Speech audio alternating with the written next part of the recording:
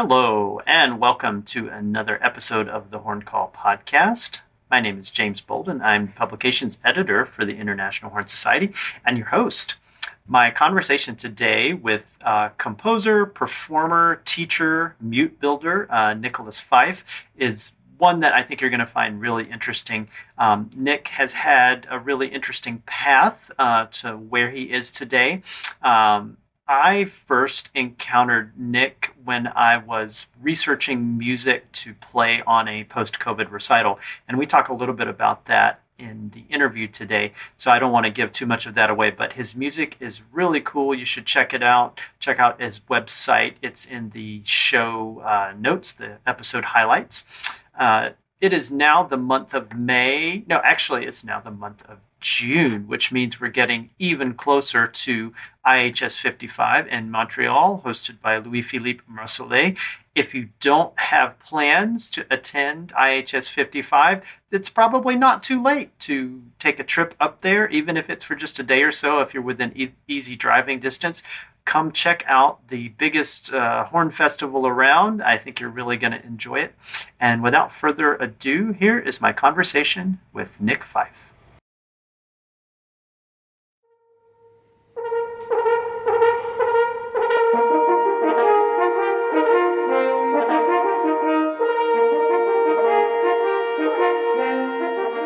All right. And thanks so much for joining me today, Nick. I'm excited to talk to you.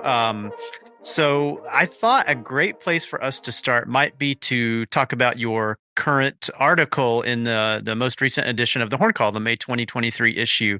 And you were very kind enough to write. It's actually a pair of articles. When we got the submission from you, we were like, hey, there's really like two articles in here, and they're part of our teacher talk column, and they're really insightful and really great articles. Do you want to just tell us a little bit about the articles themselves and maybe some of the inspiration for them? Absolutely. Yeah. So really this all comes back to the injury I sustained in 2016. Okay. So I had a lot of time to think because, I kept playing for like 2 years, but then eventually I had to take a year off because, Mm-hmm. things just got so bad. And that gave me a lot of time to think about stuff. And I started putting my pedagogical thoughts down because I knew I was going to have to reteach myself how to play again. And I kind of wanted to have a roadmap for once that, started taking place. Sure. And of course, a lot of stuff changed once I started playing again. My thoughts on things changed a lot because I started playing the bass trombone first when I came back, because obviously I built up a lot of bad habits over the years on the horn. And I kind of needed a fresh restart and a blank slate to work with. And so I used my pedagogical knowledge to teach myself how to play the bass trombone in the most efficient and healthy way possible. That, And oh, I was just gonna say that's really cool. Where did you get that idea? Was that something you had seen? I mean, I think it makes total sense to just sort of you're retraining muscles, and rather than sort of slip back into the old way of doing things, if you were to pick up a horn, you'd be tempted to try to play the way you had played before pre-injury. But it makes sense to sort of start over, as you said. yeah, and it came from, so I saw a bunch of different doctors, and about like the sixth or seventh doctor, finally could tell me what was wrong with me. And it was Dr. Vanderkolk up in Baltimore. Okay. So I went to go see him, and he, diagnosed me with a muscle tear. And he said, the way to get back from this is rehabilitation. And you're going to have to reteach yourself how to play again. You can't play the way you used to because that muscle is just not going to do what it used to do. Right. So yeah, I knew I was going to have to start with a blank slate. And what better way to do that than, give yourself an instrument with a slide instead of valves. So that the slide made me slow down. And I had to think more about just really getting back to the nuts and bolts of playing. And I just had a tuner in front of me all the time. So I knew, okay, that note's centered, that note's centered. And I just used a tuner in the bass trombone to just retool my airflow, the way I thought about the way I used my muscles, oral cavity, all of these things. And then after about 2 months on the bass trombone, I started playing the horn again Mm. and trying to start over, but using the knowledge that I had gained on the bass trombone. Right. Right. No, that's really interesting. what differences did you notice going to the trombone from having played the horn before? So everything's just bigger on the trombone. Like Yeah. you're still using the same muscles, it's just on a much bigger scale. Uh-huh. Horn, everything's just much tighter and more compact. Okay. So it was really just a matter of replicating the same process with smaller parameters. Mm-hmm. And I was thinking about the same things, just the ease of airflow. Just if I ever was forcing anything out, be like, okay, let's think about air. And it all really comes back to air for me now. That's we play wind instruments, so Mm-hmm. that's become my number one priority. Is like, what's my air doing? Yeah. Now, did you consult with anybody during that process? Did you, take any trombone lessons or anything like that? Yeah. So Angel Subero, he plays with the Boston Pops, Okay. and I met him at the Atlantic Brass Quintet seminar Mm-hmm. when I was playing horn there. And I mentioned to him that I was playing the bass trombone. So he gave me a lot of really great advice on just playing the bass trombone and how to use my air more efficiently and support it. Because I was taking horn breaths on the bass trombone. And that's one thing he told me at first. He's like, okay, you just got to take in more air. Right. And that Yeah. eventually helped my horn playing too, because I wasn't really taking in enough air for the horn either. Yeah. It's a high flow rate, low Mhm. pressure, high flow rate. Yeah. Exactly. Yep. Yeah. That's really interesting. And I think there's more research to be done there in terms of the benefit of not just playing one type of brass instrument. And Yes. I've seen some of your videos online. You're a multi-instrumentalist, so Yeah. I think that's pretty cool. Yeah, it's fun. I don't play so much trumpet anymore because that's tough on the injury. But Right. brass and horn, love it. Yeah. No, that's pretty awesome. And so that's sort of going back to this pair of articles you wrote for our teacher talk column. So the first one is called a mindful approach to horn playing, Yes. and then so that's kind of part and parcel of that. And then you had when you initially submitted it, it was one article, but we thought it was worthy of basically two separate articles in the column. And so the Yeah. second part of it is basically how to stay relevant in your professional career. Do you want to touch touch on that just a little bit? Yeah. So one of the hardest things for me when I couldn't play the horn was how to stay active musically. Okay. In that year, I wasn't really playing. So I'd been composing for a long time before that. I started when I was in high school, and it was Mm, terrible stuff back then. But like anywhere, the first step to being good at anything is being bad at it. And so yeah, after composing for a long time, I thought, well, this is a perfect opportunity for me to really do a lot of composing. And I had just come back from the Mostly Modern Festival in 2018, hmm. and I was there as a composer. So it was great. I made a lot of connections and I had some commissions to fill.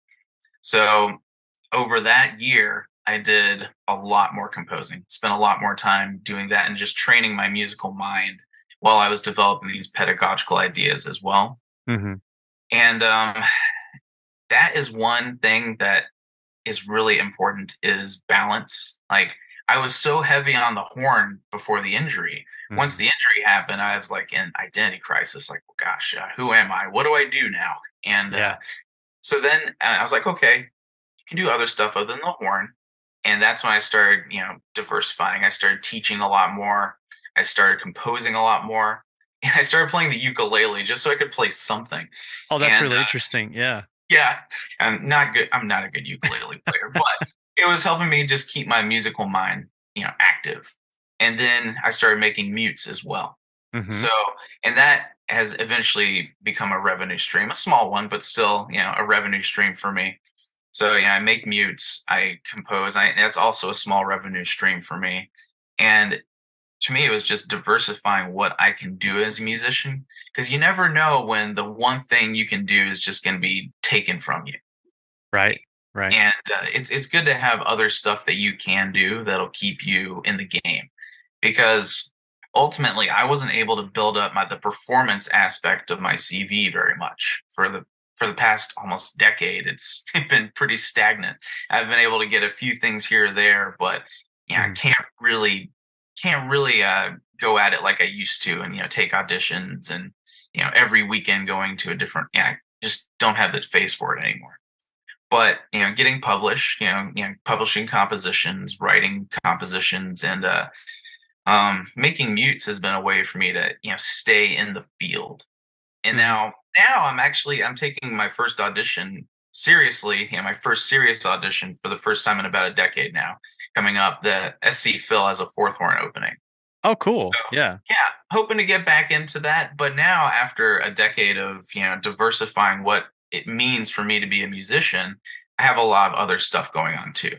So Right. No, and that's such a healthier philosophy than just sort of single-mindedly just, got the blinders on doing that one path. And I mean, I'm not knocking that necessarily. I think everyone has to find what works for them. But, I always tell students it's like you might have this really narrow definition of what success looks like for you, but mm, then what happens if for whatever reasons, injury or just the changing economy and the changing nature of the way music is consumed in the world. I mean, so many things are not in your control that, mm, like, if you've only got this one narrow definition of success, it's like you're setting yourself up for potential heartache and disappointment. And so it's like from college students today, it's because for one, college is so expensive and it's mhm. considered such a monumental decision that they almost get paralyzed with that decision of like, oh my god, if I choose the wrong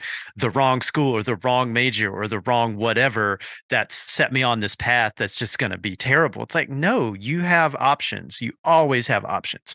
If you broaden your definition of, like you said, what is it like, what does that look like to be a successful professional musician? It doesn't mean just earning all of your income one way. I mean, hardly anybody in the field does that.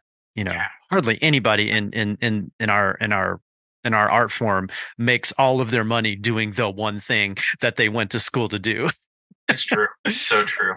Yeah, no, that's really interesting. And what I was gonna, share how I came across you and your music first was um, post post COVID, I was looking to do some kind of a recital just to try to get back into things. And I was like, okay, I want, either unaccompanied music or, stuff with recordings or fixed media or something like that. And so I was just kind of like trolling the internet looking for stuff. And I came across your music for, electro horn, with guitar effects pedals and all that stuff. And I was like, that's really neat. And so that's how I got into your music. And, you and I started a correspondence, and you were very helpful with suggestions for things. You want to talk a little bit about those pieces, and then you mentioned earlier you got into composing in high school, but maybe talk to us a little bit about that path in terms of your musical career. Sure. So yeah, when I started composing in high school, it was just just for fun because I didn't know what I was doing, but I knew I wanted to make music. Hmm. Um, and I remember vividly, I entered a brass quintet piece that I wrote into a competition for the University of South Carolina. I never heard anything back. And then about a decade later, I pulled out the music and I broke just about every rule that they would have taught me in, theory one. Sure. So yeah, I get why they didn't contact me back. So there's a lot of stuff to learn for me at that point, and that's why college is so great, is because you get exposed to all these different periods in music and compositional forms and orchestration class, all Hmm. these wonderful things that teach you the skills that you need to not just write music but write good music. Hmm. And so at the end of my college degree, I had been composing a little bit and arranging during undergrad, but not very much. And there's this movie that came out, Tron Legacy. And Uh-huh. I remember the score because Daft Punk did this like fusion of symphonic, like a full symphony orchestra with their electronic stuff. Hmm. And it blew my mind. The best part of the movie for me was the score because just the way they fuse symphonic and electronic sounds, it just really resonated with me. Yeah, that's And awesome. so, yeah, I immediately started experimenting with that myself. And it started with just taking compositions that I liked. Like one of the first things I wrote was called Bruckner Techno. And I took the beginning of the finale of Bruckner's Eighth Symphony, Uh-huh. that really triumphant, melody that comes in with Oh the little yeah. brass and the horns, and I put that to techno, and Yeah, it wasn't the best, but people actually liked it. Hmm. When I was at Eastern Music Festival that summer, somehow that popped up on my iPad or my iPod when we were listening to music, and I was like, "Oh God!" And I tried to turn it off real quick. My buddy's like, "No, what is that?" Right, right. and and I told him that I was experimenting with the electronic stuff, and then he ended up, liking it. And that was one of the moments where I was like, "Oh, people might actually dig this. This isn't just me, having fun in my studio." So then I started actually getting serious about it Hmm. and writing. One of the first pieces I wrote for horn and electronics was called Universe Sketches, Hmm. and that piece, like, listening back now, there's definitely some stuff that I would do differently, but one movement, Rogue Planet. That was the first movement or first piece I ever wrote for solo horn and electronics. Hmm. And to this day, it's still one of my absolute favorites. Because just I don't know, the way it worked, because at that point in my life it was kind of a lonely, solitary time, because it was just after my master's. I didn't have the friends that I did during my master's. I was living in Cleveland, Hmm. with my future wife, but Hmm. I didn't really have much going on. I was just freelancing. So I was able to capture, that feeling of isolation in music. And it was one of those rare times where it was like, oh, I captured something there. That's great. And that is what really got me thinking about composition in a totally different way, was that piece and writing that particular movement. Um, so then, went to UT, started my doctorate, Hmm. and I met some other people that were experimenting with the same stuff. And Rose Volby, I think, yeah, her doctoral dissertation was on electronic horn stuff. Mm. And at that point, I had started experimenting with the pedal board yet. It Uh-huh. was really just fixed media and horn up Right, until that right. point for me. And in her doctoral dissertation, she did a performance where she had a pedal board and she was, doing all these effects. Hmm. And it wasn't the first time I had seen that done. I saw the Maniacal 4 trombone Right. quartet do Yep, this before. yep. And I think they used a silent brass mute too, maybe. Yeah, she also used a silent brass mute. Hmm. And I like the silent brass mute because you don't get much acoustic sound with it. Yep. You get like the horn flavor, but it's Right. really, you get a pretty pure electronic sound. Hmm. And so then I started experimenting with the pedal board and what I could do with manipulating the sound of the horn electronically as well, which Right. led to Forces of Nature, which is something that you've performed. Yeah, I've done that piece a bunch of times. I took it on tour. I played it at some conferences. Audiences really love it. So if you don't know Nick's piece, "Forces of Nature," it's for horn. Could also be, electro horn with, different effects, and you have some great suggestions for different effects you can use with. It is like rock and techno, and it's music that's got a cool beat to it, and everybody I've played it for just really loves that piece. Oh, good. That's fantastic. And really, one of the reasons I experiment with this genre is because I have declining interest in classical music.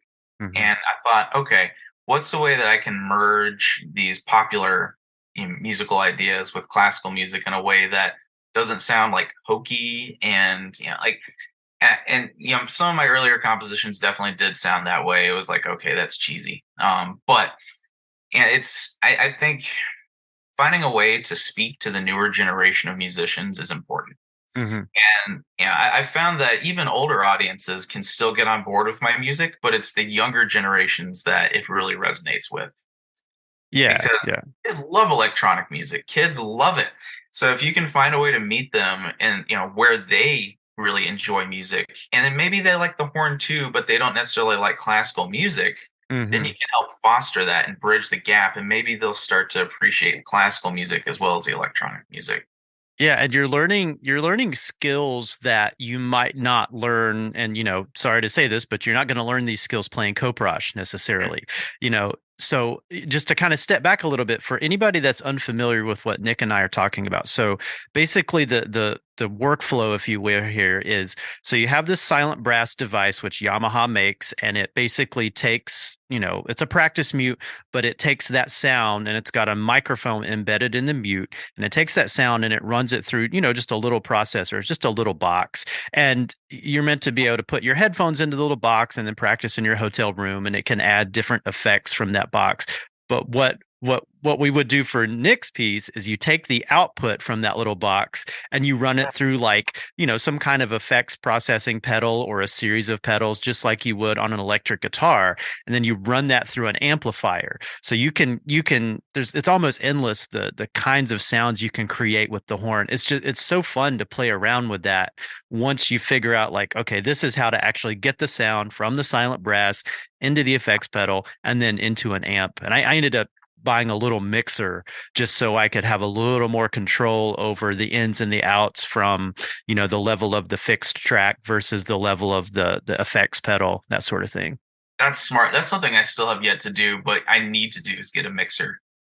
Yeah, So, I yeah, got a really cheap one. It was like maybe 30 or $40. And it was really helpful because I was finding, like, it's not always easy to control things just from like your laptop or from the silent brass. So I remember, like, if I go back and look at my music for those pieces, I wrote exactly like silent brass on 50%, effects pedal on, yeah, 75% for, and the funniest thing, and I remember telling students, it's like, I can play this piece. The thing I had to rehearse the most about it or practice the most is the choreography, like yes. getting the pedal changes, changing the effects, mute in, effect pedal on this, mute out, and all of this. But it was such a good experience. It was really fun to do.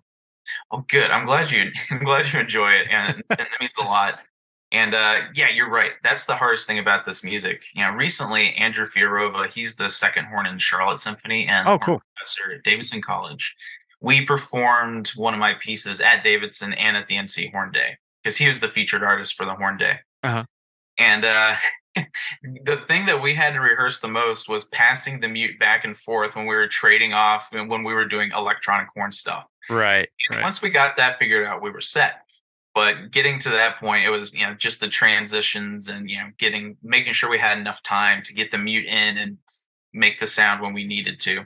Hmm. And That was and the, oh, sorry, go ahead. oh yeah, that was the difficult part. Yeah. Yeah, yeah, and it is daunting probably for students, but if you're a teacher and you want your students to be able to have access to that kind of music, and that's something that's not going to go away, the interaction between acoustic and electronic. I think it's here to stay. So It you might as well get on board and is. start experimenting. Um, yeah. So you mentioned Bruckner, you mentioned techno. What other musical inspirations and influences would you consider in your composing or performing? So I think it's worth mentioning that I'm really fortunate that currently I get to work with one of my musical influences, and that's JD Shaw. Oh, wow. So Awesome. yeah, and so growing up, my dad was a trumpet player, my Mm, sister's a trumpet player, so we were listening to Boston brass and Canadian right. brass, and we loved brass quintet. We listened to it in the car all the time. So I grew up listening to JD, Hmm. and so I kind of modeled my horn sound after him. Hmm. And whether it was conscious or subconscious, that was the sound that I was going for. And eventually, he started. We started working together with the brass band here. Hmm. So initially, the brass band was kind of different. We just functioned as like a per service, small brass ensemble. Hmm. But then JD came on board. He sent me an email over winter break, and it was like 2 years ago, and he said, I'm starting up a brass band, and I just wanted to get your opinion on it. I don't want to like step on your toes, which is so nice of him. Thank you for emailing me. And I thought to myself, like, oh my god, I do not want to compete with JD Shaw, so let's merge our projects. So Uh-huh. that's what I proposed, and he was like, okay, sure, because I Hmm. already had the infrastructure. I'd already created the nonprofit organization. We already had the name. We already had the logo. It was all set. So that was a lot of work that he didn't have to do. Uh-huh. So we end up merging our projects, and now he's the music director and I'm the CEO. So he takes care of the artistic stuff. I take care of the business stuff. And this is the Yeah. this is the South Carolina Brass Band. Yes, that's Okay. correct. Yeah. And Yeah. so now I get to work with one of my musical inspirations on a weekly basis. And I just played through the SC Phil fourth horn excerpts for him, and started. It's really awesome to have that relationship with one of my musical, like inspirations. And so he was definitely, as far as horn playing goes, Mm-hmm. absolutely JD Shaw. And then you can also say like his arranging too, Yeah. Oh, yeah. because Yeah. yeah, like for like the Boston Brass stuff, he did a ton of arrangements for them. His arrangement of Mm-hmm. Caravan, I still listen to that all the time. Yep. I've got that album. Yep. Yep, it's great. It's fantastic. So I think a lot of my inspirations come from him. Mm-hmm. And beyond that, as far as like composing goes, there's such a wide world of music to draw from there, and Sure. it's hard to narrow it down to just one. Um, but that particular Daft Punk album was Uh-huh. definitely inspirational for me. The one from And Tron Legacy. yeah, Yeah. exactly. Yeah. And then a lot of Daft Punk albums, if I'm talking about just like electronic music, Mm-hmm. whenever I'm composing electronic music, the first thing I do is write the electronic parts and the beat. Because my first thought is, okay, this has to groove. If it doesn't Mm-hmm. groove, it's not worth writing any horn parts. Right. And in Daft Punk was definitely an inspiration for the grooves that I put into my particular compositions. Mm-hmm. So and if you're talking about like symphonic music, Mahler, absolutely, Yeah. like, oh gosh, love Mahler. And Shostakovich, draw heavily from the Romantic period and then Right. the beginning of the 20th century. And as like Shostakovich, love Yeah. Shostakovich. That's our sweet spot as horn players. Yeah. Oh yeah, absolutely. Love the Romantic era. Oh, it's great. So I'd say those are my primary inspirations when it comes to music, but it's hard to narrow it down. There's just so much to inspire you from the wide world of music. Yeah. Bands like Snarky Puppy to like there's all kinds of great stuff to draw inspiration from. No, that's really cool. What advice would you have for like new composers or people who are maybe kind of nurturing an idea of composing, but maybe are afraid to stick their toe in the water and start writing stuff? Don't be afraid. Like I think the best piece of advice that I've ever gotten is the uh the first step to being good at something is being bad at it. I love And that. Yeah. yeah, and that's what people aren't willing to do. They aren't willing to be bad at something. And and if you aren't willing to take those first few steps through the mud and figuring those, fundamental things out, you're never going to get to the point where you're actually writing good stuff. Hmm. I go back and I listen to some of my early compositions. I'm just like, oh man. But you had to go through that to get Right. to the better stuff. Right. And don't be afraid of failure. That's what we're all really afraid of is failure. And am I going to be bad? Yeah, you're going to be bad, and that's okay. Hmm. Like that's how we learn is by failing. Go ahead and get that out of the way. Yeah. Yeah, exactly. Yeah. No, that's great advice. Um, so you were talking about the North Carolina Horn Day. What you want to talk a little bit about that? Because I remember seeing some of your stuff you shared on social media. It looked like a really successful event this year, and I've hosted smaller things like that myself, and of course I've been to a lot of conferences and things for the International Horn Society. It's an incredible amount of work if people don't know what all goes into hosting even a single day event, or if it's a multi-day event or just over a weekend or something. It's such a planning process and just putting all of that together. Do you want to talk a little bit about that? Yeah, absolutely. So definitely stressful. Yeah, like you mentioned, I've got a few more gray hairs now, but it was really rewarding to put Hmm. that event on because Travis did such a good job with it. Travis Bennett at Western Carolina, the Hmm. year before, he always does such a great job on whatever he does. So I knew that the bar was high, and Hmm. one of the reasons why I wanted to do this was because like not many people really know about UNCW, and Right. what we offer there. And so I thought, okay, this is a chance to like put UNCW on in the spotlight, and Hmm. because we have some beautiful facilities there, like Hmm. really just top notch. And so the first thing was I need a good featured artist. Uh-huh. So I thought, okay, I want to get someone from North Carolina. This is the North Carolina Horn Day. I Uh-huh. want it to be a local featured artist. And luckily, I know someone perfect who was perfect for the job when that was Andrew Fiodorovich. Uh-huh. He plays second horn in Charlotte, and he's a professor at Davidson. So Hmm. I knew he could teach, and I knew he could play, and we went to undergrad together. And Okay. yeah, I was always on the right side of his bell, just soaking up all the good stuff that was coming out.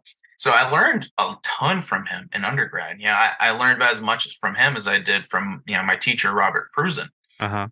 And so I knew that I wanted to invite him. He's fantastic. If you don't know about Andrew Fiodorovich, check him out. He's great, everyone.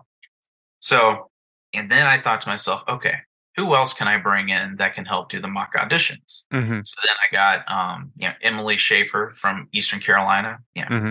She's fantastic. She got her master's from Juilliard, undergrad Hmm. from CIM, and I think she got her doctorate from UMKC, studying with Okay. Marty Hackman. Yeah. Yeah. So she's fantastic. Great player, great person. Just the right person to bring in to help out with the event. And then Betsy Myers at Anderson, we Uh-huh. went to undergrad together as well. Okay. So I knew she would do a really good job judging the mock audition too. So had things set for the horn side of things for people, in all the events. And then I had to think, okay, what events can I offer that would be good for the general horn player? Not just Right. college horn players, but just your average weekend warrior horn player that wants to come up and play some music. It's like, Exactly. okay, Yeah. there needs to be a horn choir. Right. And one, we can't rehearse all day. We need to have an hour rehearsal or less. So Right. I had Yeah. to pick repertoire that would fit. And I kind of was ambitious, but it worked out. Um, so then there's also the Avasi video conductor, which is perfect for events like Hmm. that. And because I also got to kind of just check out for that hour or two and be like, okay, press play and okay. Whew. Yeah. And Yeah. which was nice to have a little break in the middle of the day. So Avasi was great. Played through Mahler 1. That was a really popular event. And then had to get vendors. Uh-huh. One reason I did this is a lot of the things I was for my horn student at UNCW. I Hmm. just have one horn student there right now, and she doesn't ever get to play in horn choirs. Right. Right. And she doesn't ever get to play, a big Mahler symphony, and she doesn't ever really get to take auditions either because Hmm. she's just the only horn player there. So she got to take a mock audition and test her metal against the ECU horn players and all the other Uh-huh. horn players that were showing up, and she got to play in a horn choir. She got to see what it was like to host an event, Hmm. and I think it was really beneficial for her too to see to be a part of that, because she got the horn choir experience that I was hoping she would eventually get, and she also got the audition experience, and she got to see oh wow, there's some competition out there, which Well, is and to see the camaraderie and to, and that's sort of the thing with the IHS. It's like, yeah, there's a lot of professionals, there's a lot of, really driven students, but then there's a lot of people also who, as you said, are interested in the horn, not necessarily for professional reasons, but simply because they love the instrument. They find something rewarding and fulfilling from playing it, and checking out the gear and all instruments and all of that stuff. And I think there's a place for all of that in our community. So I think that's super important. I mean, those are the folks who help fund a lot of those endeavors, is because they're like retired physicians and might be business people that have extra money to spend on horn related stuff that the average college student might not. absolutely, no, that's true. I think about a buddy of mine, and we went to undergrad together. He came to this event, and in undergrad, he wasn't really as motivated as he is now. It's Hmm. funny now that he's outside the world of music. Exactly. He's approaching it as a hobby, and he's so much more interested in it than he ever was as a music major. Isn't And that it's really, funny? yeah, it's really cool to see because he just bought himself an awesome horn, Hmm. and now he brought it to the events, and he's super excited about it, and Yeah. so it's really cool to see how music, once you start thinking about it as a hobby again, it Hmm. it becomes this magical experience again instead of something that you're just making money. Right. Yeah. And some of the pressure's off financially if you've got other ways to pay the bills, and then you can, yeah. I mean, it's like I think we're always trying to get back to that, sixth or seventh grade band experience of just being with people you enjoy being around, having fun. You're not to that competitive stage yet. Hopefully that inevitably comes. I mean, that's just the way of the world. But I think the more we can connect back to that sort of like, I just love the way the horn feels when I play it. I just like the sound that comes out of my bell, and I like being with other people and making music together. I mean, I know that sounds kind of like new agey, lovey dovey kind of stuff, but it's like I think that's literally the only thing that keeps you going when times Yeah. are tough. No, and I think that's the kind of stuff we need more of. I've played gigs with sections where you just like sit down, you can just feel the toxicity in the section. Just like, you guys don't have any fun, and you have like the most fun job in the world. What is Right. going on? And Yeah. it's like those weeks where I re-examine the horn in like a negative way. It's like, okay, what am Yeah. I doing here? And Yeah. then there's other weeks where you sit down and that sense of camaraderie you were Hmm. talking about, and you start to feel that magic again that you felt, like you said, when you're young and this was all new. And like, there's always things that you look back to, like points in your career where it's like that was really a key moment, like a defining moment.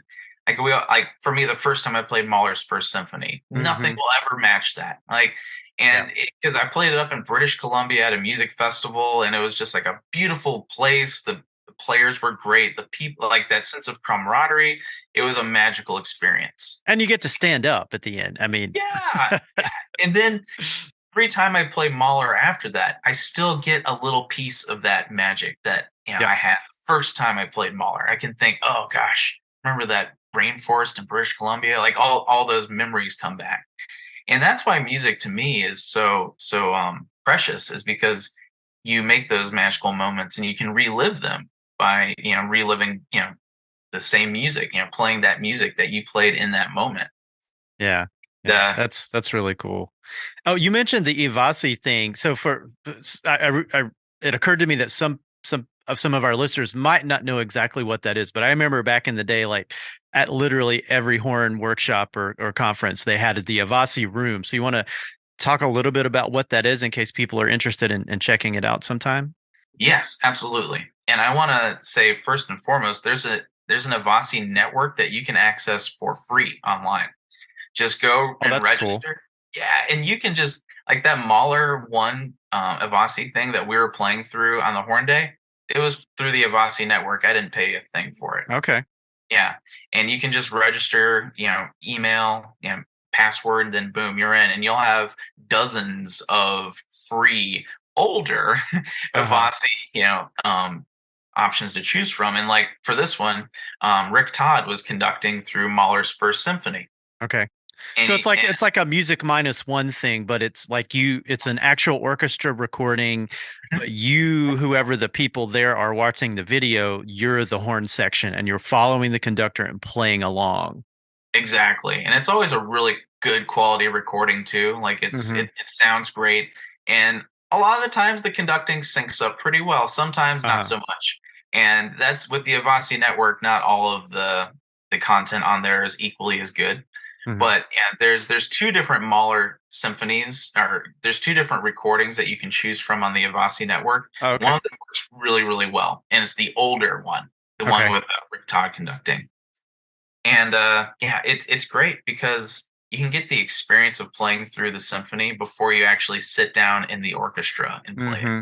These things used to be on VHS, and if I'm remembering correctly, I I want to say maybe Jim Decker had something to do with it out in LA. I can't remember. I might be conflating two things, but anyway, it's been around for a long time, and you would, originally you'd buy the video cassettes, and they would come and you play them on, your VHS, your VCR or whatever. But now, like you said, I think it's digitized and it's all online. Yeah, even those older ones that would have been on VHS, they've been Hmm. digitized, and Yeah. I think those are most of the ones that you'd find on the Avasi network. Hmm. Yeah, Yeah. and I remember it, being at like a Southeast horn workshop or like an IHS, and you walk by the Avasi room, and there's a section of horn players in there, but then on the screen is, a conductor and the orchestra, and they're just wailing away on Don Juan or something. Oh yeah, it's a relatively safe place to practice this important Yeah, literature. yeah, So it's yeah. It's great. If you've never, if in the audience, if you've never used Avasi, check it out. Check out the Avasi network. It's free. And let's say you're playing through Don Juan coming up. Don Juan's on there. You can play through it for free and get the experience before you actually sit down in the orchestra.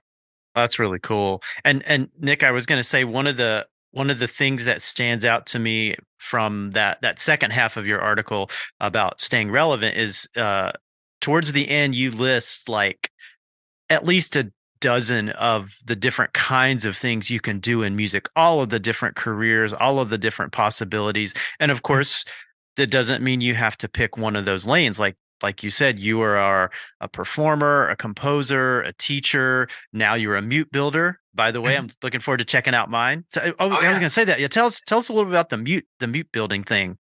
this one's yours. I actually just Oh, play tested it. that's awesome. And Nice. it was only like 2 cents sharp compared to my horn, and that is pretty darn good. Yeah, for sure. So it's mute building has been really fun for me, especially when I couldn't play the horn. It gave me something to do when I was really anxious to do Uh-huh. something to be playing my instrument. But this started when I was at the Atlantic Brass Quintet seminar in 2018.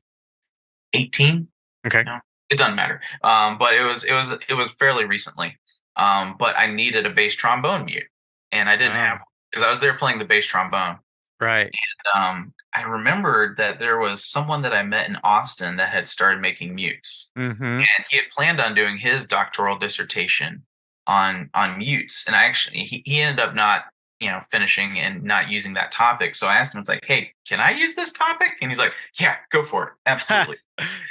So I asked him a few things. Like the biggest thing that confused me was the tuning system in the mute. Uh-huh. How do you make that work?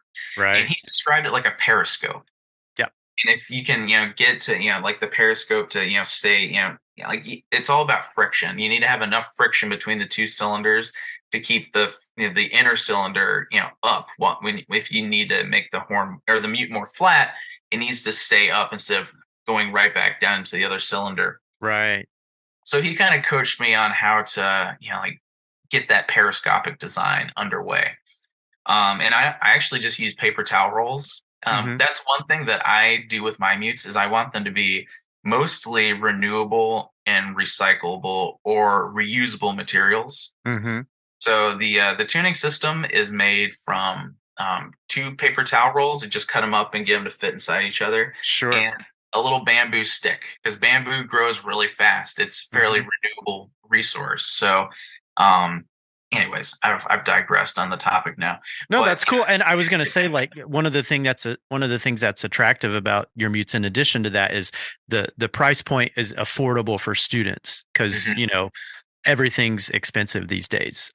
Yes, yeah, Pick well from whatever it might be. It's just everything has gotten more expensive. But I was like, hey, these mutes are handmade. They're you're just making them there by yourself, and I was like, yeah, I might as well check one out and see what I think.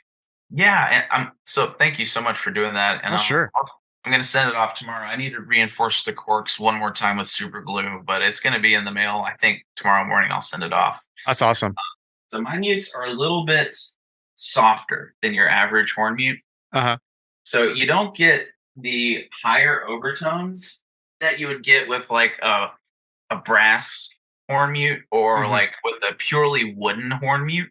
Uh-huh. Um, it gets, and that's one thing that you get with a lot of other types of mutes. So when I was doing my dissertation on this topic, one of there are a few different components. One, I wanted to study the history. So Hmm. I found there weren't that many sources. I found a few different sources to draw information from and just learn about the previous construction, and history, and just all the different models of horn mutes that have come before. And I learned that I was making British style mutes. So Right. Yep. that's good to know that. And through that process, like there's one part of the dissertation was on the acoustical properties of the mutes. Hmm. So I use Logic Pro X to find the average frequency of all the mutes. I think I have like a dozen different types of mutes that I was doing that for, Uh-huh. on top of my mutes as well, just to test their average frequency against the average frequency of most types of horn mutes. Uh-huh. And I found that my horn mutes offer a little bit of a lower average frequency or a Okay. darker sound. Sure. Yeah, and oftentimes when you put a mute in, you'll get brighter. That's Hmm. one of the things that you get is you get a higher average frequency. So my mutes offer more of like a muted horn sound that doesn't have those higher frequencies.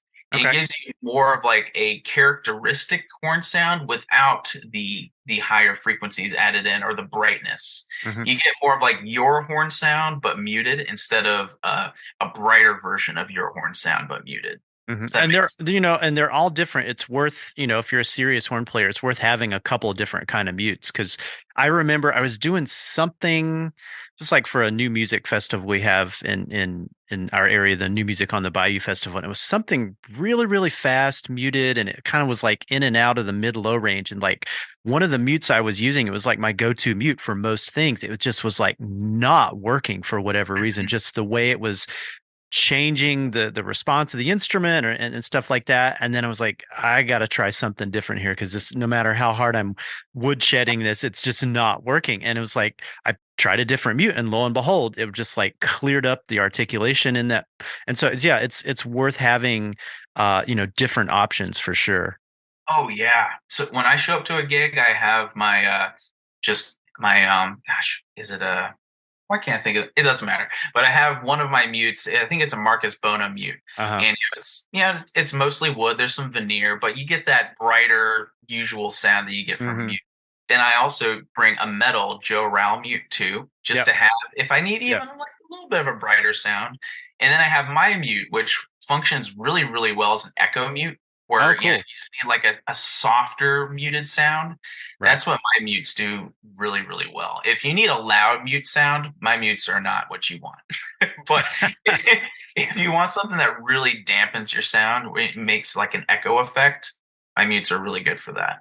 That's cool. And so the name of your company is the Mute Peddler, right? And people can Yes. find that online if they want to check out what you have. And you have trumpet, a couple of different horn models. hmm Um, And trombone and okay. euphonium. Pretty much the only one I don't have yet is tuba. Oh, that's yeah, you have to retool your workshop for a tuba mute. Yeah. I've made one. Like the picture on the website is me with the one tuba mute I made. Uh-huh. But it's definitely I need some more research and some more time before I'm ready to sell a tuba. Like, They just look so funny when they put those things in. I mean, it's just such a big operation they're dealing with there. oh yeah, and you got to have the handle, or else it's just not going to work. Yeah. There's a bunch of stuff that goes into making a tuba mute. So it's I still need to do some more research there. But I have my euphonium mutes are they're pretty good. I'm comfortable selling those. That's awesome. Yeah, and be sure to check out Nick's website and all the cool stuff he's into. Check out his compositions, check out his mutes, and Nick, it's been such a pleasure talking with you today. Is there anything folks can look forward to in the future? Any upcoming projects you have? Yeah, so this summer I'm recording two of my compositions. One is called Wind Power, and it's for horn and bari sax and electronics. Oh, cool. So I'm recording that with Anya. See, and she's a bari sax player from New York City. Okay. And she's Anya Combs. Yeah, she's gonna do a great job. I need to talk to her, and we're gonna get that recording underway soon. And then there's also I'm gonna record the piece that Andrew and I played at the NC Horn Day. Okay. We're gonna actually sit down and make a studio recording of that. So those two projects, and mostly this summer, I'm just going to be relaxing and healing mentally and physically from the last decade of higher ed. Awesome. Well, good luck with that, and I look forward to seeing what's next for you. Thanks, James, and thank you for the opportunity. I had a great time talking to you.